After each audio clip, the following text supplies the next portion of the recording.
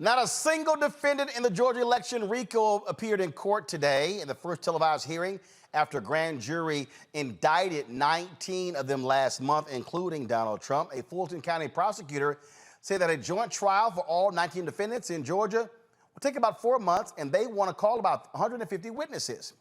Prosecutors want to try the case as one. In today's court hearing, attorneys argued over whether to sever the cases against attorney Kenneth Chesebro and attorney Sidney Powell.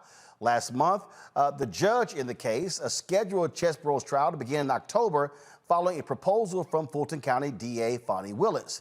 Now, Willis wants all 19 defendants involved in the case to face trial in October, but the judge, McAfee, only expedited Chesebro's case after Trump's attorney indicated that he objected to the proposed timeline. Now, McAfee denied the motion to sever either Chesebro or Powell's case. All right, folks, let's talk about this with our panel. Robert Patillo is the host, People, Passion, Politics, News and Talk 1380 WAOK out of Atlanta. Rebecca Carruthers, Vice President, Fair Election Center, Washington, D.C. A. Scott Bolden, that's Aloysius Scott Bolden, attorney, former chair of the National Bar Association Political Action Committee, attorney out of D.C. Glad to have all three of you here. Robert, you're there in Atlanta. So, all right, walk us through this. The judge said, look, I don't know if we can sit here and try all 19 of these people beginning in October, and it's going to take 4 months.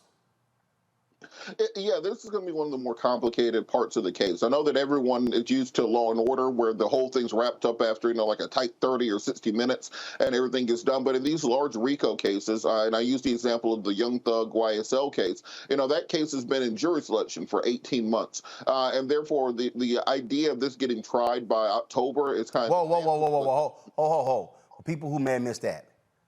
Jury selection alone has gone on for 18 months? Exactly. Just in the YSL case, because of the number of motions, the number of defendants, but also just trying to seat a jury.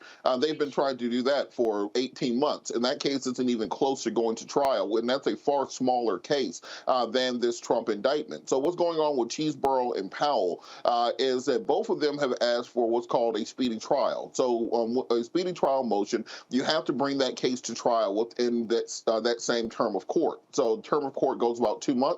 So the indictments come down in late August, then that case has to go to trial by October. In this case, the other defendants, such as Trump and many of the other Giuliani, Meadows, etc., they don't want to go to trial that fast. And thus you're having these motions to sever on this question of whether or not we're going to have 19 individual trials or we're going to have one massive 19-person trial. Now, both of those situations present various benefits and detriments. If you're going to have one giant 19-person trial, well, then it makes it easier on witnesses because they can all come in one time for one trial. It makes it easier on the court system to be able to get everything done at one point in time. However, that one trial is probably going to stretch out over the course of about 2 years versus having 19 separate 4.5 month trials. But then you're going to have to bring in the same witnesses in some of these cases 19 separate times to testify. You're going to have to take up years of the court's time. The Fulton County Court and District Attorney's Office was already at a breaking point with regards to their caseload and the ability to move these cases through,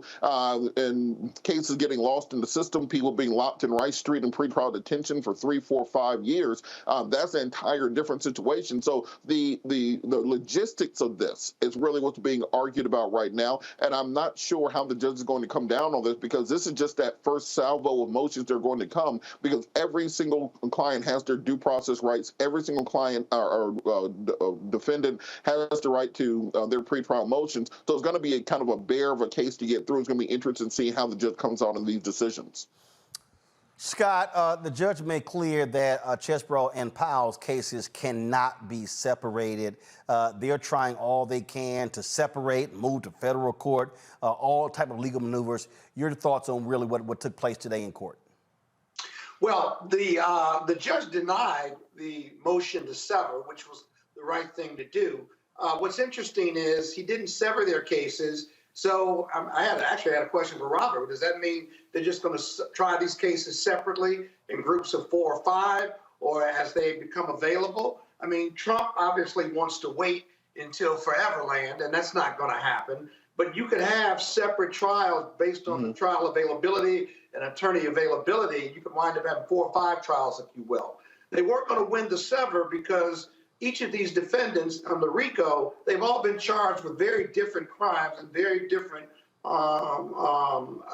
bad acts under based on this conspiracy theory.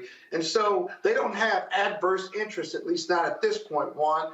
And there's no real threat of confusing the jury or misapplying the law in connection to different defendants, at least not at this point. So I would expect more motions, but you could see 3, 4, 5 different trials going on with different groups of these defendants as we move forward.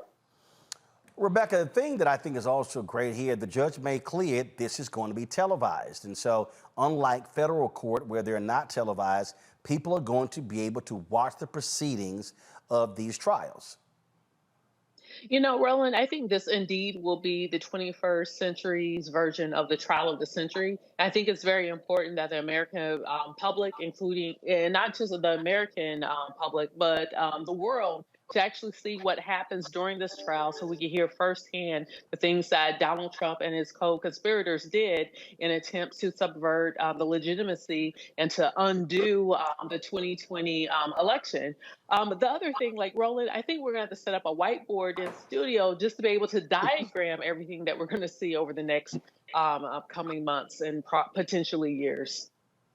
Robert, again, this is going to be, obviously, it's complex. Look, he's been indicted in four different places, and it seems that every month there's a new indictment with the thug in chief. And so, but what you have here, you also have a very aggressive district attorney. You've got attorneys for these various folks who have tried to, in essence, squeeze her. And do you think they've been shocked with the response from her team by saying, oh, you want a speedy trial? Let's go. You know, this is one of those issues I always try to tell people that don't bring your out-of-town lawyer to the local court for a very specific reason, that you have local relationships, you have understanding with judges. You know, I've tried cases against Fani, Willis before, I've tried cases against all these DAs before, won cases against them.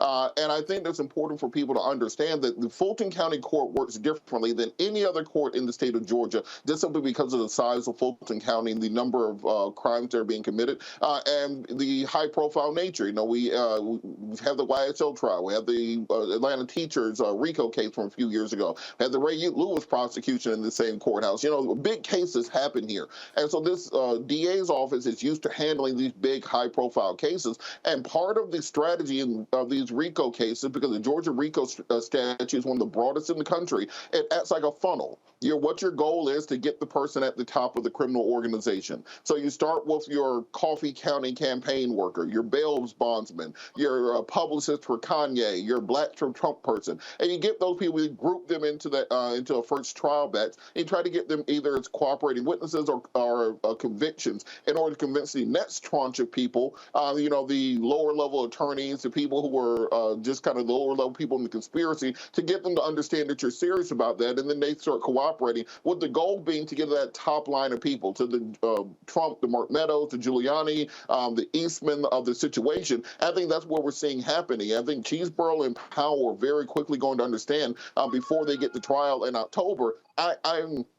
I will put money on them taking a plea deal prior to going to trial in October, given the current trial date, simply because the defenses they presented thus far are very procedural, and once you start getting people who are up there in age and who are used to a certain lifestyle, and once it kind of starts to set in that you might be looking at 5 years in prison if you lose this, versus being able to take a probated sentence for being a cooperating witness, you're going to start seeing the tone of these things change. Even in August, October seems a long way away. Take that calendar over to September. Now October seems a whole lot closer. I think you're going to see a lot more rational conversations coming out of the defense team for these clients. Scott? Well, you know, the ones that go first have the most risk, and their other co-defendants and defense counsel will be watching how those cases play out and whether you get convicted or they don't get convictions. Watch what happens after that first trial. Two things happen. The government gets better at presenting this case, one, because they presented it once against a handful of defendants, and the defenses get better and stronger. But what wins cases for prosecutors or the defense are the facts of the case and how well you present them. Lawyers don't win cases. Facts win cases, and there are a lot of facts to digest. The other thing about RICO cases you have to remember is these are very difficult to prove. I don't like RICO cases. I prosecuted them and I've defended them, and I don't like them because it's hard to get the jury focused and to sift through those facts. They're not simple facts. The government has to do a great job at that. The defense counsel has to do a great job at attacking them, right? But getting a verdict of guilty or not guilty is very difficult for both sides. So the more trials you do and the more times you try the cases under that indictment, the better both sides get. It is going to be trials of a great interest, Rebecca. And here's the deal. This is going on while you have an election going on. You got Republicans who are saying, oh, this is election interference. It clearly has tightened Donald Trump's grip on the Republican Party, but it also, frankly, aids President Joe Biden, because if this thing goes forward, and let's say he's convicted, you have a president who gets to say, you want to re-elect a convicted felon?